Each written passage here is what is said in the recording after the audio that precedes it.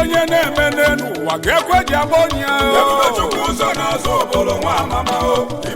asị na bụ ife onye na-eme n'ụwa ga-ekwe ji abonye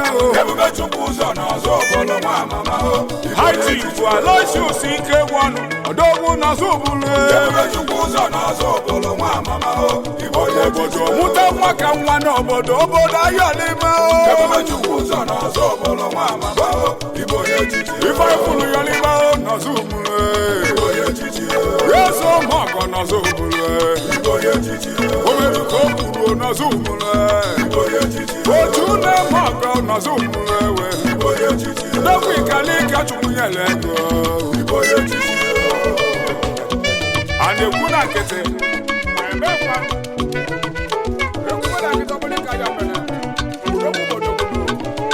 okokokoko ọkụ ịnọrọ ya ọkpụrụ ka ji kobe wee bido ga egwu onye amụma egwu na-eshi ya mụ na akwa onye ka mụ na atịle ịgba nwa mmanwụ ejebe ịmalụ ụlọ n'ọzọ ụbọlụ banyị mmadụ ga-eji ahụ obodo kwa ịnọlịa adịmabụ ụlọ na ama ọfụlụ gbamgbam ịnọlịa ụwa mmadụ ga-eji eje obodo ọraba njọ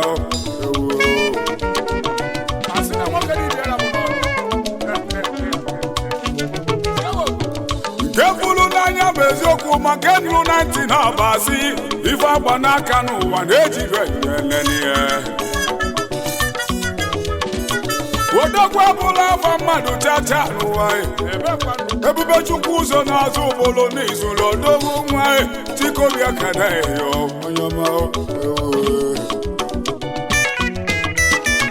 ọsịkwa mkpụrụ obi azụbụlụ niile ka nna kpọ n'egwu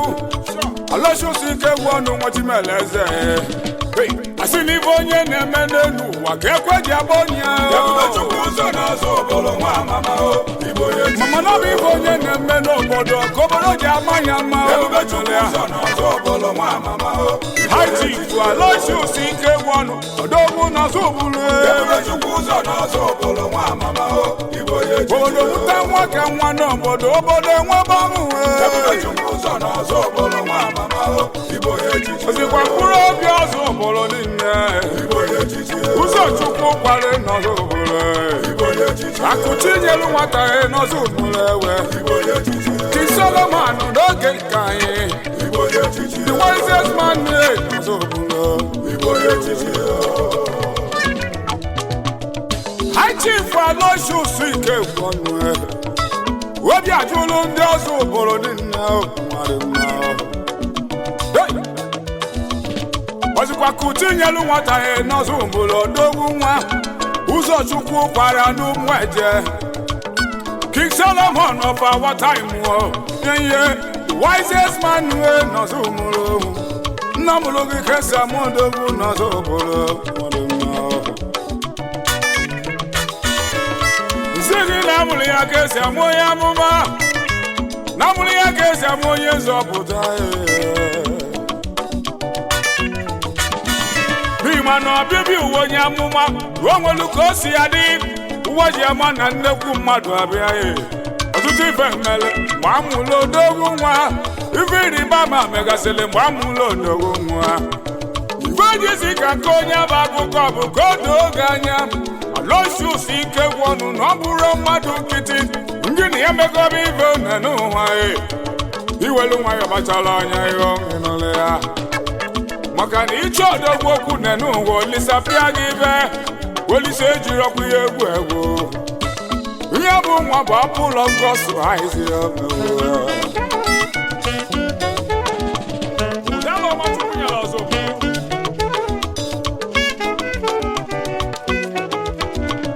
fada si n'ọwụwa anyanwụ n'Enugu steeti welu bịa Rose Obolo gbama makodogwu ya bụ ife mere eme na 1989 yo Ebube Chukwu ụzọ n'ụmụ mgbe ya ise kabadiyo vana achọ nni egwu fada bụ moto na nna wee pụta n'elu ugwu wolisebiri igwe wepụsị moto fada ya bụ moto ekworozi aga anyị fada wee chọba mekanik onye alụrụ ya moto ebe ọ na-alụ moto fada wee netughi anya wee fụzi ụmụaka ise gaba na agba nni egwu ibe na-afụ n'isi odogwu n'enu ụwa bụ ya ghali nya bụ fada wee bịa nso ka ọ mala ife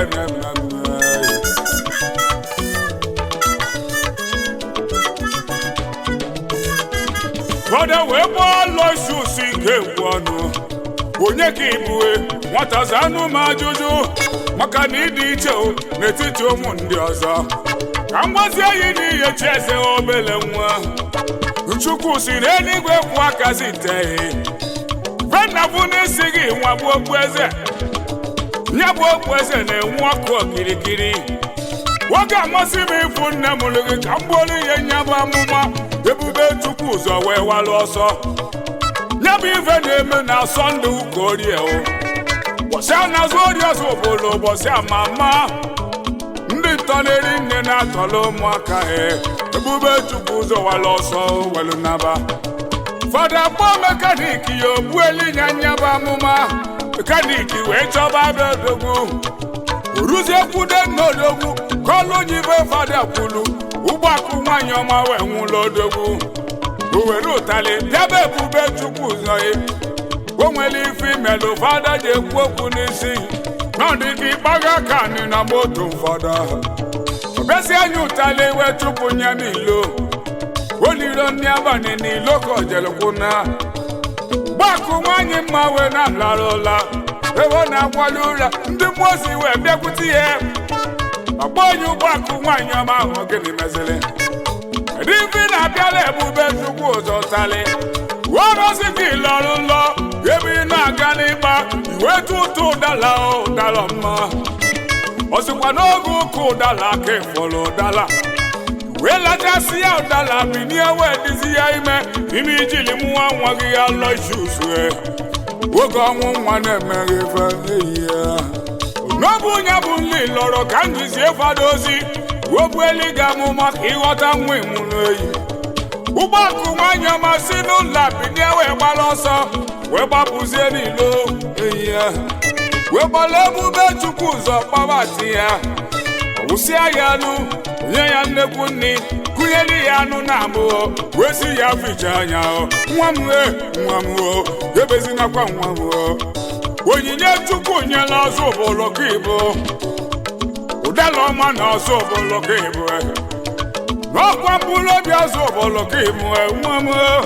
mkpụrụ anya Chukwu ka ha ịbụ nwa m ya amụma ife onye na-eme n'elu ụwa ka ekwe ji agba onye asị na ife onye na-eme n'elu ụwa ka ekwe ji agba onye haiti bụ Aloysius ike egwu ọnụ ọdọgwu n'azụ Obolo obodo mụta nwa ka nwa n'obodo ahịa n'ime ife ifuru ya n'ime n'azụ Yeso mọ̀kọ̀ n'ọzọ Obolo o mere ka o kwuru n'ọzọ Obolo otu na-emọ̀kọ̀ n'ọzọ Obolo dokwu ikalika Chukwu nyere ego ozikwa na obi chifu si pren ike egwu ọnụ ka mụlụ odogwu akụ nwa afọ ndị ọzọ Obolo nyere mma kedụzi nne mụrụ nnekwu nwa kedụzi ụmụakụ nwaanyị ọma ọnwa eme anyị ibe ole n'ụwa Let Mrs. Kalisa Chedeke Wano Ụgbọakụ Nwambala ụgbọakụ nwanyị ọma ebe nọ na n'ala ekene Iwema na-eme mme na abụghị nli lọrọ na Chukwu emeghị ihe n'elu ụwa ọla na eze na-alacha aka beghị nne na-atụ egwu Chukwu ụgbọakụ mụsịrị odogwu n'ụwa wele ya wee chee Chukwu n'ilu ọ na-ejele Chukwu nna ya ozi ọ na-agụ akwụkwọ ọ na-alụ masaba na-asa afụ masị ya n'ụka ọgụsị akwụkwọ n'elu ụwa weluo ife ji mmadụ mee naba na South Africa ọkwa ịnụle ya o jekwuru odogwu nwa n'ọzọ ụmụrụ toni nwu na igwe onye ọ gadịrị mma ọnwa na-etiri ụra n'ọzọ ụbụrụ odogwu nwa ọnwa dị n'Igbo dị n'oyibo onye mma ọnwa n'ineti oge niile ọ nọ n'aka ọnwa ọ na-elubela ọnwa isi emesịa ọnwa wee due ya oje zọba onwe ya owelusi na nya ga-emela Olisa ife dị iche n'ịmara ekwezie Chukwu nkwa n'elu ụwa n'ọnwụ nwa na-abịa ka nwale gị omi ga-emenwukwa ife kwelu na nkwa Ebube Chukwu ụzọ were gba mbọ afọ ise gbasie mbọ niile enwe ma onwere ife ọ gbatali rise and fall promise and fail o mewelu mati ekweghị ka ya na odogwu na-agbalị owelu sebụla na juba Olisa gịnịzi Olisa si na onwela aja ndị Igbo chụrụ na bebe na nye bụ aja nọ na-emebisịrị ife na ọ bụrụ na ọ chọrọ ilu na lebụlụ nwa ọ na-ekwu ọmalụ na ọya achụ aja obiọma na ọya achụ aja ụdị Abraham chụrụ aja na-enwebela onye chụrụ ya na generation ụfa niile na ọ chụzie nye bụ aja nye meghelu nye ụzọ chile echi oge a na-egwu ife anwụ odogwu atọgbọrọ shishi sọ ife odogwu nwere gba n'obi onwelu n'ọzọ obodo ọ bụrụ mgbe ndị St. Philip ọzọ obodo na-achụ ana ebebe ya n'ụka Ebube Chukwu ụzọ wee wela n'obi ya nye ndị St. Philip sivalụbo n'ụka ndị bebe niile na-eti mkpu na-apụ ala ọ gịnị mere iji nye ndị ụka n'obi ya ofu mbụlụ ife ịka ji aka na n'ụwa ọsịba na onwere onye agbasara n'elu ụwa na bụ nke ihe ifesọli ya ka ọhie manị ya ndị mmụọ si na-ekokwa onye siri nya bụ onyinye nakpọrọ ụlọ lala ụla Olisa wesi n'igwe wee tụọ be ya wekpa onye losusu nwa ike kwu ọnụ kedu ife mma emelụ ihe one n'ụwa ya bụ ife imelu n'ọsọ gbuo mọgwụ ịnụrụ ya gwake m ife mma emelụ ihe ịnụrụ ya otie Chukwu Olisa do nye m amamife nye m nnekwu ego ọzọ Chukwu Olisa do nye m amamife nye m nnekwu ego ibe mmemelụ bụ mmadụ elika nne afụfụ erika nne n'ụwa ka mbe nọta nyawa afụfụ mbụlego onwa n'elu ụlọ nyewela ụmụ mmadụ aka obi salịsalị Olisa kirisi ya obi salịsalị ka Ebube Chukwu ụzọ o wee kpọnye nwa m oge ntị ebe inyelu m ofu anyị nwere sọsọ ya nye bụ n'ụka n'ọkwa ngị ya alụ ya mmenye gị nnekwu ego na-atụ egwu Ngozi Abraham ya ka mmenyeghị n'aka nke eze Solomon na onye aka mmenyeghị n'aka ọtụtụ ndị ogbenye na-enwele nchekwube ọgaranya faya esi n'aka gị were bụrụ ọgaranya lego ọnwa jelu alimọlụ nwa m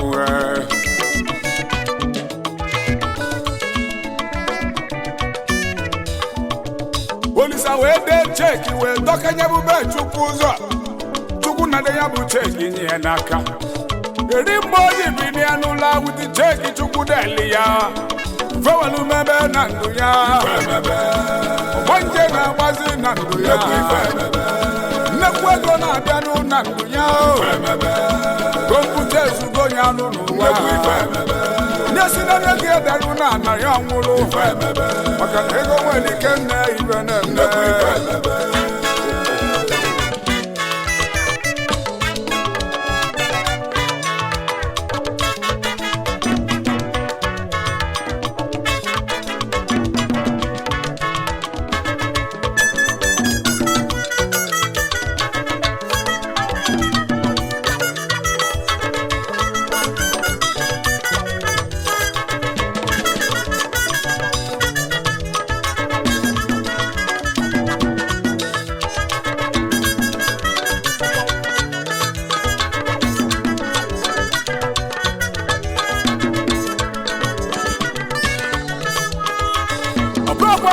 kweli chukwu kwa mesili mezu ibe vakwulu mana Aloysius nwamma kwụsịrị mee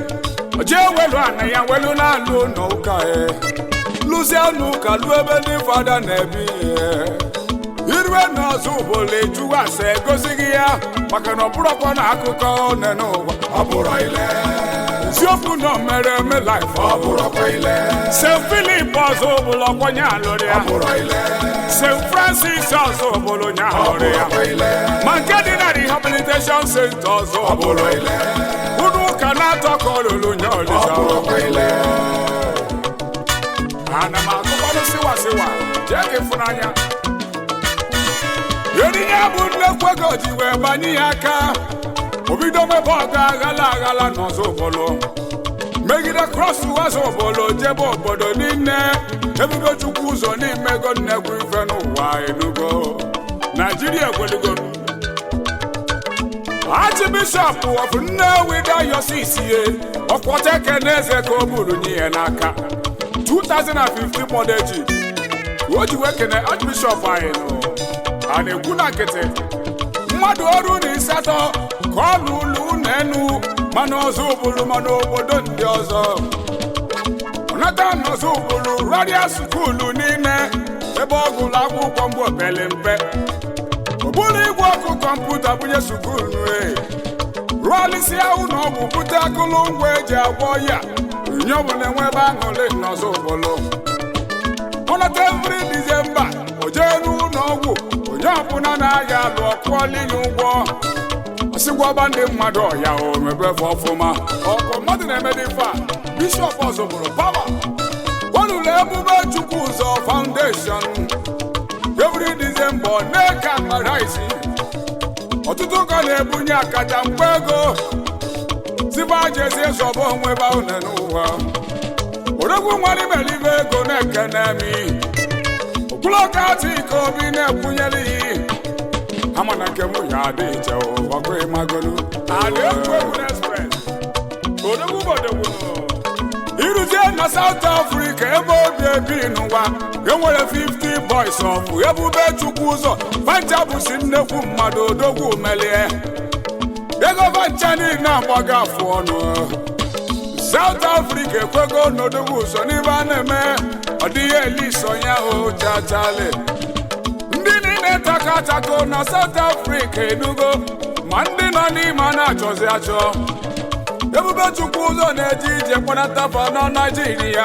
onye ọkpọnala onye ya 5 million na ojezọba onwe ya odogwu nwa na-ebụkwa nnekwu nwa ife mana gị nne n'ụwa ka nnekpe